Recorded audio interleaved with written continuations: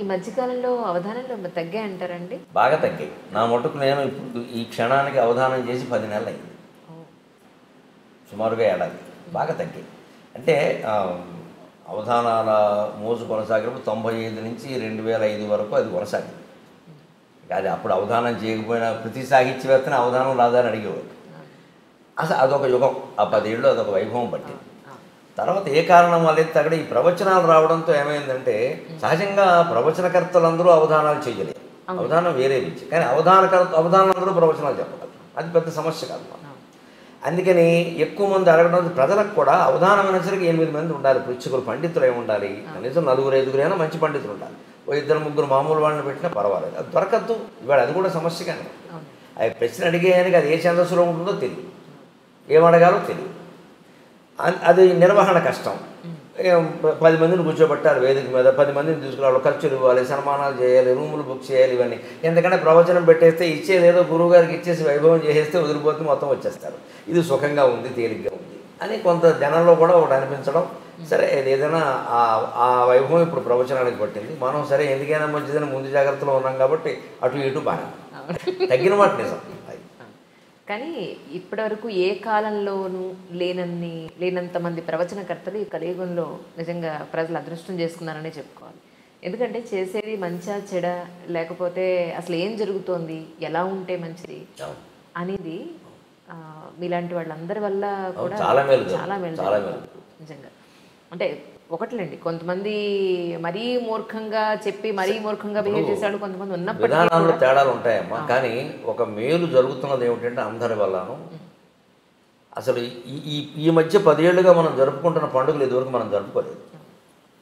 గుళ్ళల్లో ఈ మధ్య 10 ఏళ్ళుగా ఉన్న ఉత్సవాలు ఇదివరకు జరగలేదు.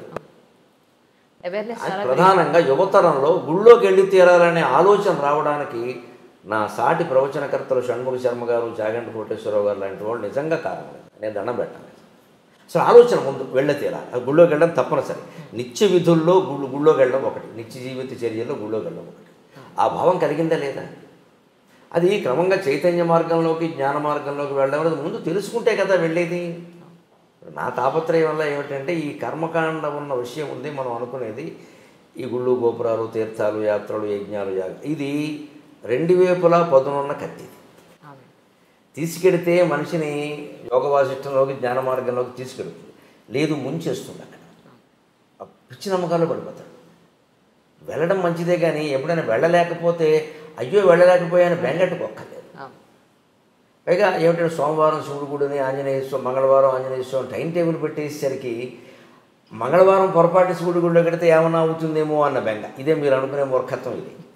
ఇవి పెరిగిపోతాయి సహజంగా. అంటే ప్రవచనకర్తలు ఎవరైనా, నేనైనా వారైనా జాగ్రత్త తీసుకోవాల్సింది, మనం ఇది చెబుతున్నది వారు ఒక క్రమశిక్షణతో ఒక పద్ధతిలో ఉండడానికి, కానీ ఇదే అంతిమ లక్ష్యం కాదు. గుడి అనేది ఒక శిక్షణ కేంద్రం. మనం భగవంతుడికి ప్రత్యేకంగా అక్కడ విగ్రహాన్ని ఏర్పాటు చేసి, అది ఎంతైనా అది విగ్రహం. ఆ విగ్రహం దెబ్బతినకుండా చూడాలి. కానీ ఇంకా చెంబుడు పాలు పోస్తే ఒక పాలం, బిందెడు పాలు పోస్తే ఒక పాలని చెబితే అందరూ బిందె పోస్తారు. 1000 బిందెలు పోస్తే శివుడు ఏమవుతాడు? నా తాపత్రయం అలా. నేను చెబుతున్నది అదే. కొంతమందికి నచ్చచ్చు, నచ్చకపోవచ్చు, లేదా వారిని వ్యతిరేకించారంటారు, వీరిని ఏదో అన్నారంటారు. అవన్నీ నాకు అనవసరమైన విమర్శలు, అవన్నీ నేను ఎప్పుడు పట్టించుకోను. దాని గురించి కాదు అసలు ఆలోచించాల్సింది. విగ్రహారాధన దేనికి? ప్రతీకాత్మకంగా జరగాలి విగ్రహారాధన. అదే లక్ష్యం అన్నట్టుగా మాట్లాడద్దు. అది లక్ష్యం కాదు, ఎక్కడా చెప్పలేదు ఆ విషయం. ప్రతీకాత్మకంగా జరగాలి. శంకరాచార్య చెబుతారు స్పష్టంగా వేదాంత సార సంగ్రహం, కషాయే కర్మభి పక్వే తతో జ్ఞానం ప్రవర్తతే. ఆయుర్వేద వైద్యులు కషాయాన్ని తయారు చేస్తుంటే ఈ తెడ్డు పెట్టి తిప్పుతూ ఎప్పటికప్పుడు పాకం చూసుకుంటాడు, పాకం సరిగ్గా ఉందా లేదా, పాకం సరిగ్గా ఉందా. అలా మనం చేసే సత్యనారాయణ వ్రతం సహా, పెళ్ళిళ్ళు సహా, ఉపనయనాలు సహా, ఇది ఎందుకు ఆ ప్రయోజనం నెరవేరిందా లేదా అని చూసుకోవాలి. లేకపోతే ఒట్టి కర్మకాండ మిగిలిపోతుంది అక్కడ. సత్యనారాయణ వ్రతం ఒకసారి చేసేవాడు అంటే వాడు అబద్ధం ఆడకూడదమ్మా. మీరు అలాంటి మనిషిని చూపించగలరా? నేను 100 సార్లు చేశాను, అన్నవరం వెళ్ళాను, ప్రతి ఏకాదశికి చేయించుకుంటాను అన్నవాళ్ళు కొన్ని వేల మంది ఉన్నారు. వీళ్ళందరూ అబద్ధాలు ఆడుకున్నామంటే ఇన్ని కేసులు కోర్టులో పెండింగ్లో ఉండవు, న్యాయమూర్తులకి ఇంత ఇబ్బంది ఉండదు. ఆ తత్వం సత్యనారాయణ వ్రతం అంటేనే సత్యవ్రతం. ఆయన ఎప్పటికీ సత్యదేవాయ నమః అంటారు, అంతే కదా. ఇప్పుడు ఫోన్ మాట్లాడితే నేను హరి ఓం అంటే ఇప్పుడు సత్యదేవాయ నమః అంటుంది, వాళ్ళ అన్నయ్య అంతే, సత్యదేవాయ నమః అంటారు. మా అన్నయ్య అంటూ ఉంటాడు ఆ, సత్యదేవాయ నమః అంటాడు మా ఫోన్ బామ్మర్ది చేయగానే. అతను ఫోన్ చేస్తే సత్యదేవాయ నమః అంటాడు. ముందు నమస్కారం అంట. నేను ఎవరిని ఫోన్ చేస్తే నేను హరి ఓం అంట. ఎవడు హరి ఓం అంట. సత్యదేవుడు అంటే ఎవరు? సత్యవ్రతం. నారాయణ పక్కన పెట్టండి. సత్యవ్రతం అంటే సత్యవ్రతం ఎక్కడ ఉంటుందో నారాయణమూర్తి అక్కడ ఉంటాడు. కానీ ఆకులు పువ్వులు అరటిపండు పెట్టేసి నేను ఏకాదశి కల్లా చేశానంటే ఎందుకు? అన్ని వ్రతాలు పని లేక. సత్యం మాట్లాడు, అబద్ధం మాట్లాడకుండా ఉండు. అది ఎందుకు పాటించరు? పైగా ఇవి ఏమీ చెప్పకుండా దీనివల్ల అతి ఫలితం ఉంటుంది, అది ఉంటుంది, ఇది ఉంటుంది, ఇక సత్యనారాయణ వ్రతం చేస్తే దోషాలన్నీ పోతాడు. పైగా ఈ అబద్ధాలు ఆపడం దోషం పోయింది అనుకుంటాడు. దానివల్ల ప్రపంచంలో ఏమైనా మేలు జరగకపోక కీడు జరుగుతుంది. నా పోరాటం వల్ల అది నచ్చకపోవచ్చు. చాలా పేర్లు పెట్టారు నాకు తెలుసు. నాస్తికుల్లో ఆస్తికుడు అన్నారు, ఆస్తికుల్లో నాస్తికుడు అన్నారు. ఏమన్నా నా పేరు గరిగిపట్టి నరసింహారావు. వీడు పెట్టే పేరు నాకు అక్కలేదు, మా అమ్మ పెట్టిన పేరు ఉంది అనుకోని. అది సమస్య కాదు. అసలు సమస్య ఏంటి? ఇప్పుడు అమరనాథ్ యాత్ర ఉంది. చాలా యాతన పడి మంచులింగాన్ని చూడాలని మైళ్ళ కొద్దీ నడిచి ఏదో డోలీలు అవి ఎక్కి ప్రాణాలు పణంగా పెట్టడమే సుమారుగా. అలాగే ఇప్పుడున్న తీవ్రవాద భయంలో మరీ ప్రమాదం. ఇంత చేస్తున్నప్పుడు దాని సారాంశాన్ని గ్రహించకపోతే ఎలాగా? నా తాపత్రయం అది.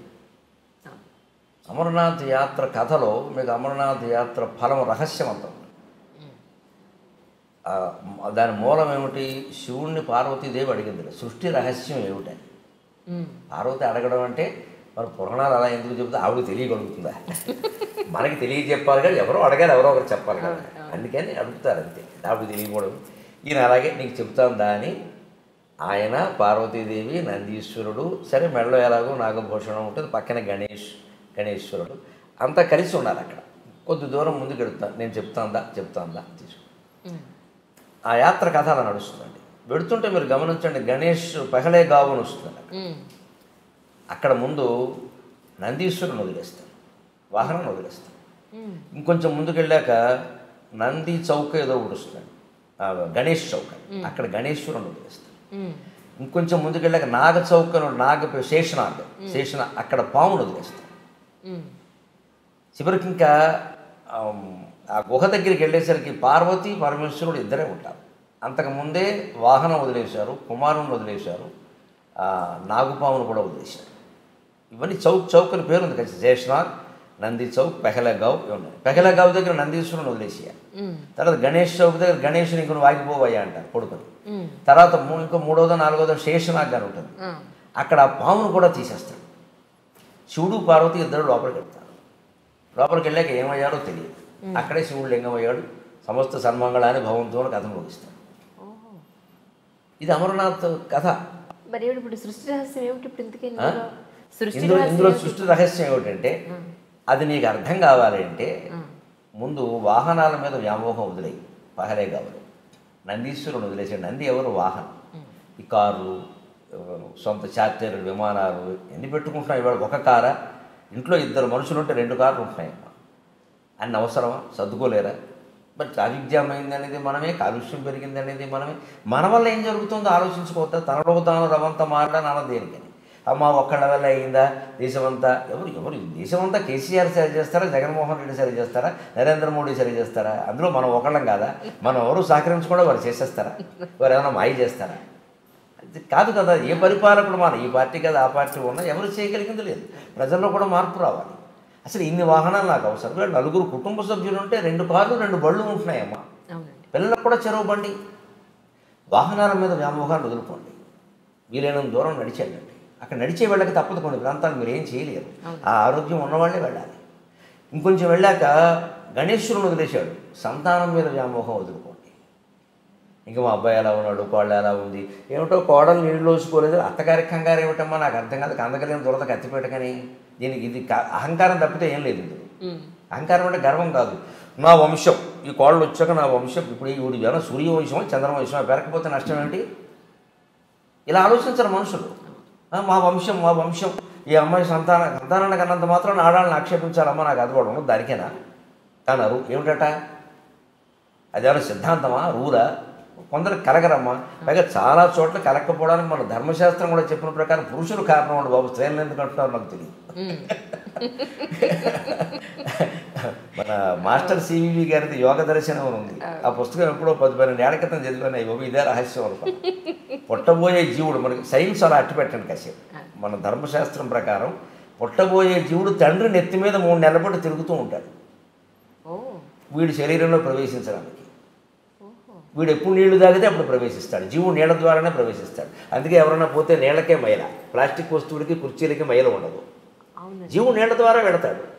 అందుకే మనం 10వ రోజు ధర్మోదకాలను పెట్టి అందరూ బంధువులు నీళ్లు వదులుతూ ఉంటాం. తిలోదకాలు జలోదకాలు నీళ్ళ ద్వారా పంపిస్తాం వాడిని. వెళ్ళిపో మావయ్య, వెళ్ళిపో మావయ్య, ఇంకా మమ్మల్ని వదిలిపెట్టు, అయితే వెళ్ళిపో తాతయ్య అంటే ఆ వెళ్ళిపోయిన వాడికి వీళ్ళ మీద వ్యామోహం ఉంటుంది, ఇంకా పోదు. నీళ్ళు వదిలేస్తున్నామంటే వదిలేసాడు, పెద్ద కొడుకు కూడా వదిలేసాడు, మా అమ్మాయి కూడా మా ఆవిడే వదిలేసింది, ఏం చేస్తా అని ఇంకా జీవుడు వెళ్ళిపోవాలి. ఇంక పెంచుకోకూడదు. అది వాడికి సంకేతం. ఆ మంత్రాలు అలాగే ఉంటాయి. ఆ మంత్రాలు అర్థం అదే. కర్మకాండ చాలా గొప్పది. ఆ మంత్రాలు అలాగే ఉంటాయి అర్థం. అది ఎవరు చెప్పరు, ఊరికి టెక్నికల్ చేశారు దాన్ని. ఈ నీళ్లు వదిలేయడం ఉంది, ఈ వ్యామోహాలు వదులుకోకపోతే అలాగే పడుతూ ఉంటాడు ఇంక తాపత్రయం. అందుకని సంతానం మీద వ్యామోహం వదులుకో. 60 ఏళ్ళు వచ్చాయి నీకు, కొడుకు కోళ్ళు పిల్లల్ని కన్నారా లేదా అనవసరం. ఎందుకంటే కన్నడం అనేది కేవలం సైన్స్ రీత్యా ఎలా ఉన్నప్పటికీ యోగశాస్త్ర రీత్యా కూడా పూర్వజన్మ కర్మఫలం రీత్యా కూడా యోగం మొగాడుకుంటేనే సంతానం కలుగుతారు. ఆ యోగం మొగాడిది ఆడాళ్ళకి సంబంధం లేదు. ఈ 3 నెలలు ఈ జీవుడు పురుషుడు నెత్తి మీద తిరుగుతూ ఉంటాడు. వీడు ఎప్పుడు నీళ్లు తాగితే అప్పుడు ప్రవేశిస్తాడు వీడు. అందుకని మనకి కొత్త దంపతులను తీర్థయాత్ర చేయమని చెబుతారు. సంస్కృతి ఎంత గొప్పదో ఆలోచించాలి. కొత్త దంపతులు చేయాలి తీర్థయాత్ర. 72 ఏళ్ళు వచ్చాక ఎందుకమ్మా యాత్ర, ఎక్కలేరు దిగలేరు. దురదృష్టం ఏంటంటే 60 ఏళ్ళు దాటిన వాళ్ళే చేస్తారు. పైగా వయసులో చేయమంటే సంపాదించుకునే వయసులో ఇవన్నీ ఏమిటంట. 70 ఏళ్ళు వచ్చాయి ఇంకేం చేస్తావు ఇప్పుడు 4 చోట్ల అంటే ఏమీ చేయలేవు కాబట్టి ఇప్పుడు కాశీ వెళ్ళి మిఠాయి తింటావా? ఏమైనా చేయగలిగితే చేసేస్తానే దోచేసి. ఇదేం ఆలోచన అండి? ఆధ్యాత్మికతను తీవ్రంగా గంభీరంగా తీసుకోవాలి కానీ టైంపాస్ బఠానీలా ఆధ్యాత్మికత టైంపాసా? ఏమీ చేయలేవు కాబట్టి చేస్తావా? 60 ఏళ్ళు దాటే 70 ఏళ్ళు దాటే బస్సు ఎక్కలేడు దిగలేడు, 2 మైళ్ళు 2 మెట్లు ఎక్కలేడు, 4 అడుగులు వేయలేడు. ఈయన ఎందుకండి యాత్రకి? ఈవిడేను మొఖాన్ని ఎప్పుడు అంటారు కూర్చోక. అప్పుడు కాదు, కొత్త దంపతులు చేయాలి, 25 ఏళ్ళ వాళ్ళు చేయాలి. నాట్ హనీమూన్, తీర్థయాత్ర చేయాలి. ఎందుకంటే అప్పుడు ఆ తీర్థాల్లో పురుషుడు స్త్రీ ఇద్దరు సరిగంగ స్నానాలు అంట. సరిగంగ స్నానం అంటే ఇద్దరు చెయ్యి పుట్టును కలిసి స్నానం చేయడం, సరిగంగ స్నానం, సమానంగా ఇద్దరు. ఆ స్నానం చేసినప్పుడు అప్రయత్నంగా నీళ్లు నోట్లో కడితే తాగితే ఈ జీవుడు ప్రవేశిస్తే ఆ తీర్థ ప్రభావం వల్ల మంచి పిల్లాడు పుడతాడమ్మా, మంచి అమ్మాయి పుడుతుంది. ఓ సక్కుబాయి పుడుతుంది, ఓ తుకారాం పుడతాడు, ఈ తుక్కురాములు పుడుతున్నారు అందరూ. తీర్థ ప్రభావం అంటే అది. వీడు గ్లాసులు మంచినీళ్ళు తాగిన ప్రవేశిస్తాడు, కానీ గ్లాసుడు వాడే పుడతాడు, వ్యాసుడు పుట్టాడు. ఎందుకంటే పుట్టబోయే జీవుడికి తీర్థంలో మనం సేవ చేస్తే వ్యాసుడు శరీరం వస్తుంది. ఈ ఇంట్లో ఆ నీళ్లు తాగితే గ్లాసుల శరీరం వస్తుంది. ఏ శరీరం ఇవ్వాలి? ఆ లోపల ఉన్న జీవుడు ఎంత ప్రతిభావంతుడైనా ఉపాధి సరైనది కాకపోతే ఆ ప్రతిభ వ్యక్తం కాదు. ఒక మహామేధ ఉంటాడు, గొప్ప ఏదో చేయగలడు, క్యాన్సర్ వచ్చింది ఏం చేస్తాడు? జ్వరం ఎప్పుడూ రోగమే, ఏం చేస్తాడు? ఇది రహస్యం. అలాగా ఆ యోగాన్ని బట్టి ఏం చేయాలి? సంతానం యోగం లేదు, కలగదు, వదిలేయండి ఆ విషయాన్ని. దాని గురించి అంత తాపత్రయపడతారు. ఆస్తులు దాన ధర్మాలు చేసుకోండి, జలసాలు చేయండి, సుఖంగా తిరగండి. రైల్లో సెకండ్ స్లీపర్లో వెళ్ళే బదులు ఏసీలో వెళ్ళండి, విమానం ఎక్కి వెళ్ళండి. ఎందుకు మూట కట్టి కొడుకు ఇచ్చి కోడలికి ఇచ్చి మళ్ళీ వాళ్ళు పిల్లలకి వెళ్ళలేదని వాళ్ళు ఇంకా వృద్ధి చేయలేదు ఏంటి నస?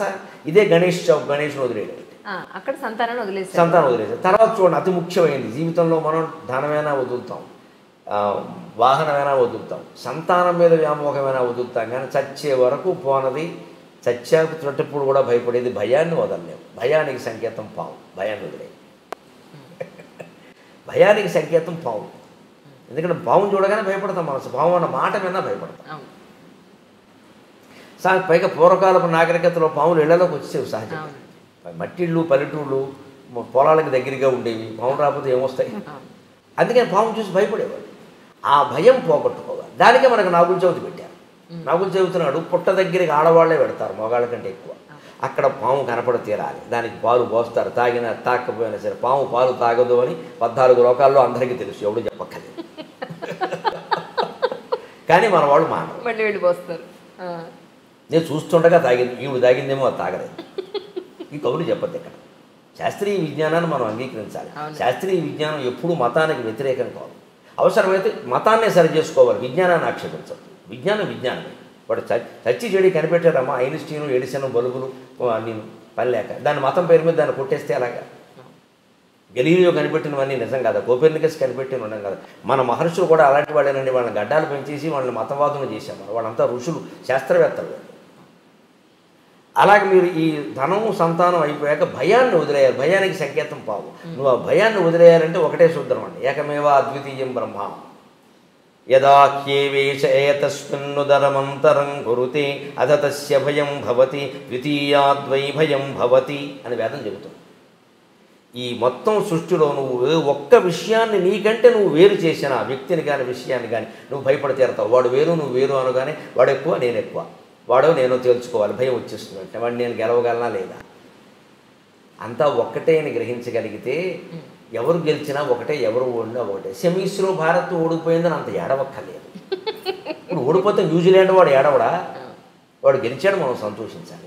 ఓడిపోయిన కారణాలు వెతుక్కుందాం, ఇంకేదైనా కాస్త బాగా చేసుకుందాం. అంతేగాని ఇంక మొత్తం క్రికెట్ అభిమానులంతా తయారయ్యి జట్టు కెప్టెన్ని తిట్టేసి వాళ్ళని తిట్టేసి వీళ్ళని తిట్టేస్తే ఇదివరకు విజయాలు సాధించిన వాళ్ళంతా ఇప్పుడు వెర్రాళ్ళు అయిపోయినట్టేనా? అలా అనబట్టి వాళ్ళ మీద ఒత్తిడి పెరుగుతుందమ్మా. గెలవడం ఓడడం అనేది ఎన్నికల్లో ఈ క్రికెట్లో చాలా సహజమైన విషయం. అది దాన్ని అంత ఇదవసరం వల్ల అసలు ఈ సెమీస్లో ఓడిపోయి కప్పు రాదంటే ఆత్మహత్య చూసుకునే వాళ్ళు కూడా తయారైపోతారు మన దగ్గర. అంత తీవ్రంగా తీసుకోవాలా? యుద్ధాన్ని సైతం ఆటగా భావించిన జాతి ఇవాళ ఆటను యుద్ధంగా భావిస్తుంది. ఏం కర్మ వచ్చింది? ఇది ఆధ్యాత్మికత తెలుసుకోవడం. అంటే ధన వ్యామోహం వదిలేయి, వాహన వ్యామోహం వదిలేయి, సంతాన వ్యామోహం వదిలేయి, భయం కూడా వదిలేయి. ఉన్నదంతా ఒకే శివుడు, ఒకే శివుడు, ఒకే శివుడు అని తెలుసుకుని గుహలోకి వెళ్ళడం అంటే గుండె గుహలోకి వెళ్ళడం. గుండె గుహలోకి వెళ్ళడం. అణోరణీయాన్ మహతో మహీయాన్ ఆత్మా గుహాయాం నిహితోస్య జంతోహో. అణువుల కంటే అణువైనది, సూక్ష్మం కంటే సూక్ష్మతరమైంది, మహత్తరమైన వాటికంటే చాలా పెద్దది మహత్తరమైన ఆత్మ భగవత్ తేజస్సు ఎక్కడుందంటే ఆత్మ గుహాయాం నిహితో. నీ గుండె గుహలో ఉందయ్యా, ఎక్కడా లేదయ్యా, దాన్ని పట్టుకోవయ్యా, దాన్ని పట్టుకోవయ్యా. అది తెలుస్తుంది సృష్టి రహస్యం. ఏమీ లేదు, ఇది మాయా. లోపలికి వెళ్ళాక ఇద్దరూ మాయమవుతారు. అక్కడ 2 చిలకలు ఉంటాయి గమనించండి. ఆ చిలకలు వాళ్ళేనమ్మా. లోపలికి వెళ్ళాక చెప్పండి, వాళ్ళిద్దరూ మాయమయ్యారు గమనించండి. పైగా అక్కడ ఏర్పడింది ఏమిటి? మంచులింగం. మంచులింగం 6 నెలలు ఉంటుంది, కరిగిపోతుంది. సృష్టి ఉంటుంది, కరిగిపోతుంది. అది మంచు వల్ల ఏర్పడింది. మంచు పోగానే వేసవకాలం రాగానే కరిగిపోతుంది. ఈ సృష్టి కూడా అంతే. ఏదో పుట్టావు, పెరుగుతున్నావు, అస్థి జాయతే వర్ధతే క్షీయతే పరిణమతే నశ్యతే, పోతావు. దాని గురించి ఇంత బెంగ ఎందుకు? ప్రతి పరిణామంలో ఆనందంగా ఉండు. వృద్ధాప్యంలో కొన్ని సుఖాలు ఉన్నాయి, బాల్యంలో కొన్ని సుఖాలు ఉన్నాయి, యవ్వనంలో ఎలాగో సుఖాలు ఉన్నాయని అంటూనే ఉన్నాం. వృత్తిలో కూడా సుఖం ఉంది. ఈ మొత్తం అంతా ఒక్కసారి వదిలిపోతుందంటే నన్ను అడిగితే మరణాన్ని మించిన వరం లేదు మనిషికి. మరణాన్ని మించిన వరం లేదు. రోగిష్టి వాడికి వరం అనొద్దు, సమస్యలు ఉన్నవాడికి వరం అనొద్దు, సుఖంగా ఉన్నవాడికి కూడా మరణమే వరం. మరణంలో మాత్రమే నిత్య సుఖం. ఇందులో ఏముందండి? ఊరికే తాపత్రయపడిపోతున్నారు కానీ అలాగే అది లొల్లుకుందాం, ఇది లాక్కుందాం. ఏం చేసుకుంటారు లాక్కుని? ఎప్పటికైనా పోయేది. నువ్వు ఎంత గట్టిగా పట్టుకున్నవాడు ఇక్కడే ఉంటాడు, చేతులు ఇక్కడే ఉంటాయి, లోపల నుంచి జీవుడు ఎగిరిపోతున్నాడు. ఈ తత్వం తెలుసుకో. గుహలో ఏమీ లేదు, శూన్యం. అంటే సృష్టికి మూలమైంది శూన్యం అనడానికి వీలు లేదు. శూన్యం అనకూడదు. శూన్యం అయితే ఏమీ రాదు. కాబట్టి మన వేదాంతులు ఏం చెప్పారు? పూర్ణమిదం పూర్ణమదః పూర్ణాత్ పూర్ణముదచ్యతే పూర్ణస్య పూర్ణమాదాయ పూర్ణమేవావశిష్యతే. సృష్టికి మూలం ఉన్నది పూర్ణమయ, శూన్యం కాదు. పూర్ణం కాబట్టి అందులో అన్నీ ఉంటాయి కాబట్టి ఏదైనా వచ్చింది.